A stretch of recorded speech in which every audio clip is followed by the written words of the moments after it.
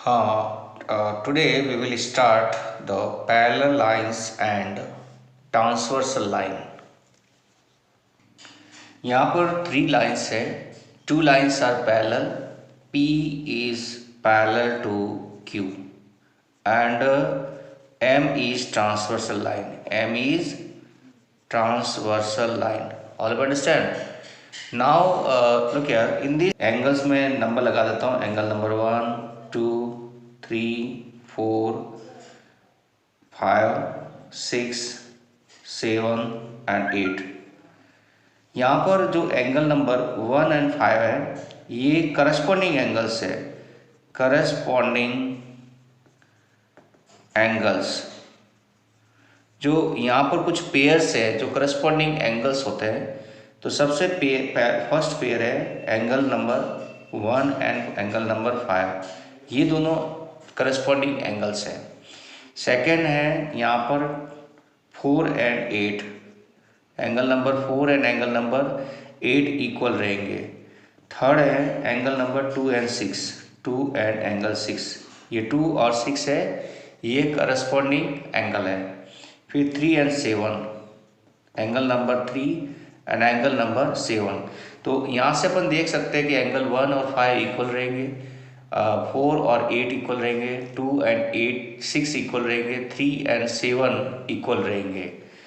इसी तरह से अपने पास में अल्टरनेट एंगल भी होते हैं. Alternate angles. तो अल्टरनेट एंगल्स के लिए यहाँ पर जैसे जेड जैसा बनेगा ना वो अल्टरनेट होता है, ऐसा जेड जैसे बनेगा. तो इस तरह के जो एंगल्स होते हैं वो अल्टरनेट एंगल कहलाते हैं यहाँ पर. तो यहाँ पर देखो जेड पहला ये रहा, तो 4 एंड 6 ये दोनों एंगल इक्वल रहेंगे. तो यहाँ पर ये दो एंगल है वो इंटीरियर है, इंटीरियर एंगल्स है. वो angle number 4 and angle number 6 ये दोनों एंगल्स इक्वल होंगे. सेकेंड मैं कहूँगा angle number 3 and 5. Angle number 3 and angle number 5 will are the pairs of alternate angles. Next यहाँ पर एक्सटीरियर एंगल्स भी होते हैं जो अल्टरनेट एंगल्स कहलाते हैं. उसमें 1 एंड 7 जो एंगल नंबर जो 1 है और एंगल नंबर जो 7 है वो इक्वल होते हैं. दूसरा जो रहता है 2 and 8. Angle number 2 and angle number 8 equal होते हैं. होता है sum of one side interior angles. ये जो ट्रांसवर्सल लाइन है इस ट्रांसवर्सल लाइन के दो साइड है, एक तो लेफ्ट हैंड साइड है, दूसरा राइट हैंड साइड है. तो जो लेफ्ट हैंड साइड में जो इंटीरियर एंगल है वो कौन कौन से 4 और 5 है. तो इनका जो सम होता है वो कितना होता है 180. तो यहाँ से एंगल नंबर फर्स्ट जो है वो angle number 4 and angle number 5 इनका सम 180 होगा. मतलब ये 4 और 5 चेक कर सकते हो. ऐसे कैसे 3 एंड 6. तो सेकंड है angle number 3 plus angle number 6 इनका सम कितना होगा 180. ये जितने भी लाइंस पैरेलल होती है तो ये सब फॉलो करते हैं. और ये जब फॉलो करते हैं तो लाइंस क्या होगी पैरेलल होती है. ये सब ध्यान होना चाहिए. वन क्वेश्चन देखो, एक क्वेश्चन समझ सकते हैं कि यहाँ पर एक P is the transversal line. ये जो P लाइन है वो ट्रांसवर्सल लाइन है and M and N are the parallel lines. ये दोनों दिख रही है वो पैरेलल लाइंस है. यहाँ पर एंगल नंबर 2, यहाँ मैं एंगल बना देता हूँ. एंगल नंबर 1, 2, 3, 4, 5, 6, 7 एंड 8 ये जो एंगल्स दे रखे हैं. यहाँ पर एंगल नंबर 2 है वो 120 दे रखा है. Angle number 2 is 120. तो एंगल नंबर 4 देखो, ये एंगल नंबर 2 एंड 4 इक्वल होंगे. क्यों होंगे? क्योंकि ये तो वर्टिकल ऑपोजिट एंगल है. Angle 2 equal to angle 4 equal to 120 vertical opposite angle. Next है यहाँ पर 1, 2 और 3 का सम कितना होता है angle 2 plus angle 3 equal to 180. ये है लीनियर पेयर. अपने लीनियर पेयर किया था वो लीनियर पेयर है. तो एंगल 2 की जो वैल्यू है वो 120 है. तो एंगल 3 की वैल्यू कितनी आएगी 120 में से 180 में से 120 जाएंगे तो 60 डिग्री रहेगा, तो एंगल 3 है वो 60 डिग्री हो गया। तो एंगल 1 एंड एंगल 3 ये दोनों इक्वल है वर्टिकल ओपोजिट एंगल के हिसाब से, तो ये एंगल 3 मिल गया। ऐसे कैसे अपन कहेंगे, जैसे ये सब एंगल मिल गए हैं, देखो 1 कितना मिला है 60 डिग्री, एंगल 2 है यहाँ पर 120 डिग्री, और एंगल 4 भी मालूम हो गया मेरे को, एंगल 4 है 120 डिग्री, एंगल 3 है यहाँ पर 60 डिग्री। ये सब एंगल्स मुझे मिल गया। तो देखो एंगल नंबर 2 एंड 6 इक्वल होते हैं, angle number 6 equal to angle number 2, ये करस्पॉन्डिंग एंगल्स है, करस्पॉन्डिंग एंगल्स। और angle number 5 equal to angle number 1, ये दोनों 60 डिग्री होंगे, ये भी करस्पॉन्डिंग एंगल है, ठीक है ना। एंड यहाँ पर एंगल नंबर 7 है, वो एंगल नंबर 3 के इक्वल है, जो कि 60 डिग्री है। और एंगल नंबर 8 है, वो एंगल नंबर 8 है, वो एंगल नंबर 4 के इक्वल है, वो 120 डिग्री है। तो इससे मुझे सब एंगल मिल गए, 1 2 3 4 5 6 7 8 सब एंगल्स मिल गए। हम दे रखा है इसमें एंगल 1 कितना है 80 डिग्री है, एंगल 7 है वो 100 डिग्री है। तो यहाँ पर शो करना है कि एल है वो पैरेलल टू एम है। एंगल 1 कितना है 80 डिग्री, मैं यहाँ 80 डिग्री देता हूँ। एंगल 7 है वो 100 डिग्री, ये एंगल नंबर 7 है वो 100 डिग्री है। तो सबसे पहले देखो एंगल 3 और 7, यहाँ पर एंगल नंबर 6 निकाल देता हूँ मैं, angle number 6 equal to angle number 7, और ये है 100 डिग्री, ये वर्टिकल ओपोजिट एंगल, ठीक है। और यहाँ पर angle number 4 equal to angle number 4 equal to angle number 1, और ये 80 डिग्री है, ये भी वर्टिकल ओपोजिट एंगल है। फिर अपन चेक करते हैं, ये देखो 4 और 6 इनका sum, angle number 4 plus angle number 6 equal to 100 plus 80 equal to 180, मतलब one side sum of one side interior angle, sum of one side interior angle equal to 180, so L is parallel to M. All of you understand this? Question number 3, इसमें जो AB line, CD line, EF lines are given, 65 है और ये 30 degree, 35 degree, 145 degree. इसमें prove करना है कि AB parallel to CD है। ये AB लाइन है वो CD के क्या है पैरेलल है। ये कैसे करेंगे, देखो यहाँ पर जो ये पूरा एंगल जो बनेगा ना, एंगल अपन कह सकते हैं BCD, ये एंगल कितना बढ़ेगा 30 प्लस 35 कितना हो जाएगा 65 डिग्री। अब यहाँ से चेक करते हैं अपन कि एंगल ABC, ये एंगल ABC और एंगल BCD, एंगल BCD ये दोनों 65 है, means we can say pair of alternate angle are equal, so we can say that AB is parallel to CD। देखो यहाँ पर ये दोनों लाइनें पैरेलल हो जाएगी, तो ये फर्स्ट पार्ट तो प्रूव हो गया। सेम टू सेम यहाँ पर अपन इन दोनों का सम कितना हो रहा है, देखो 145 प्लस 35 180 हो रहा है। तो यहाँ से मैं कहता हूँ कि angle FEC plus angle ECD, ये 145 प्लस 35 इक्वल टू 180 डिग्री। ये हो रहा है कि sum of one side interior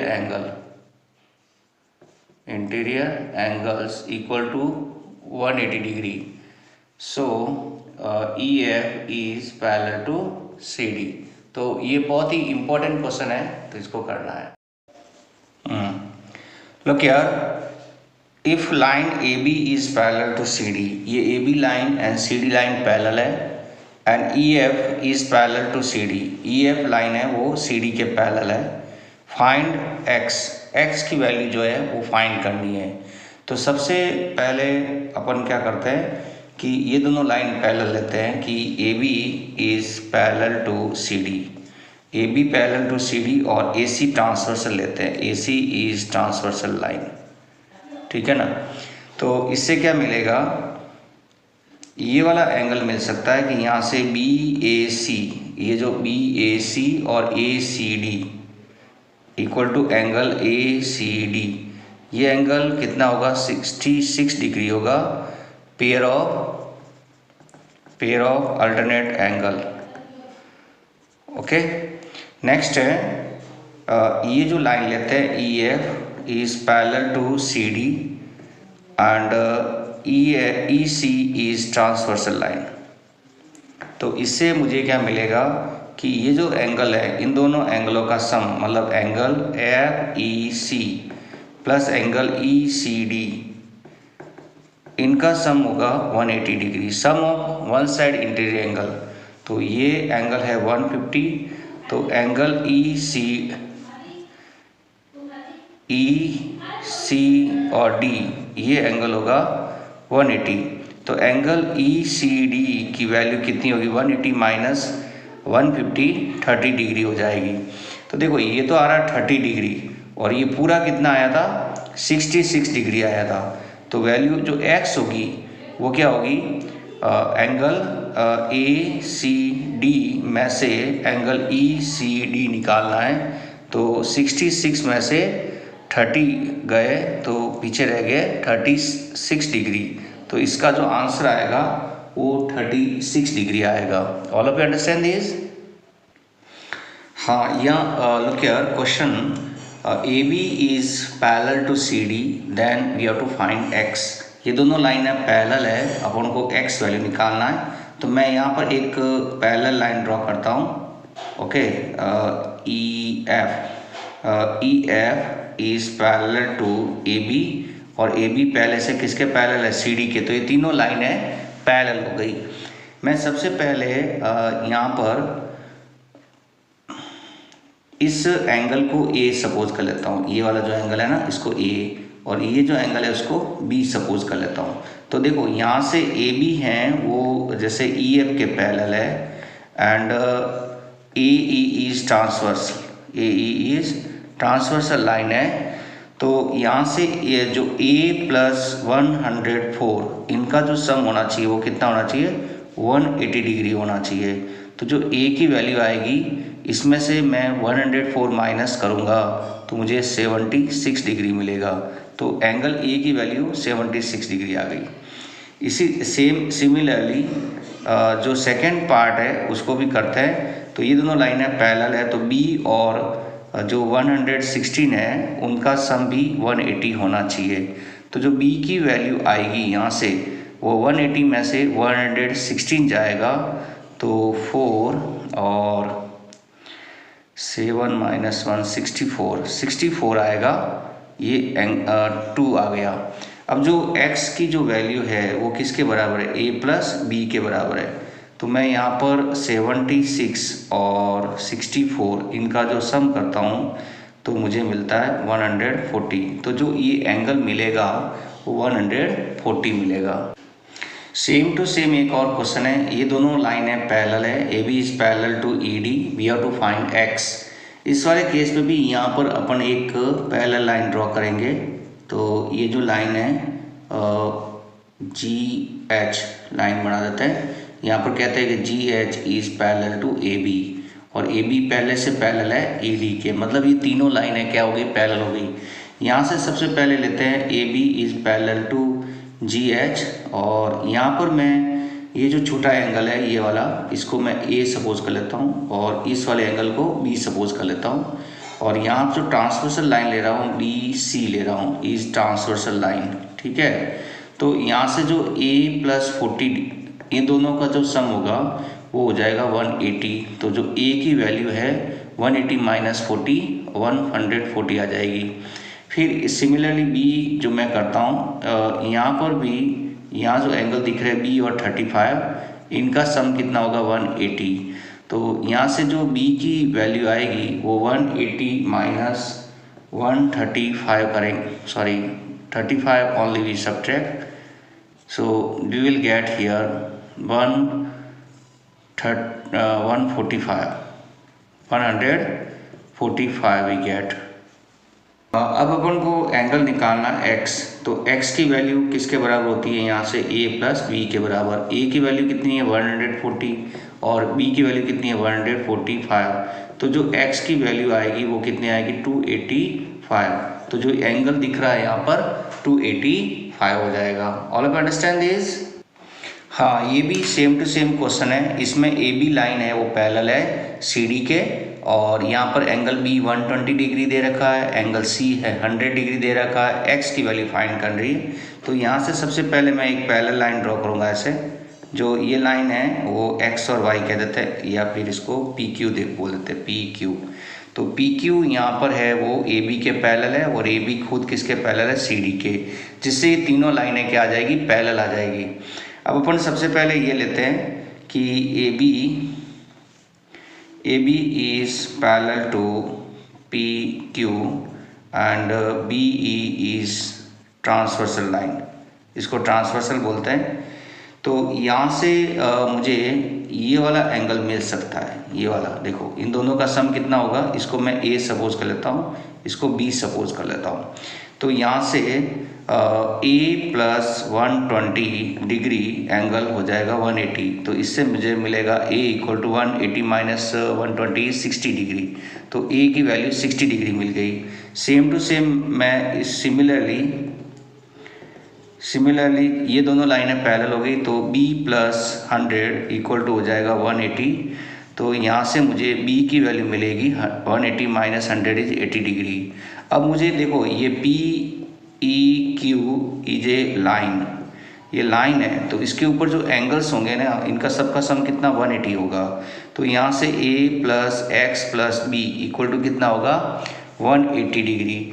तो a की वैल्यू कितनी है 60 डिग्री, x b की value 80 degree equal to 180 degree. तो 180 में से 80 गया, 100 रह गया, 100 में से 60 गया, 40 रह गया। तो x की वैल्यू कितनी आएगी 40 डिग्री। 40 डिग्री अपना आंसर है।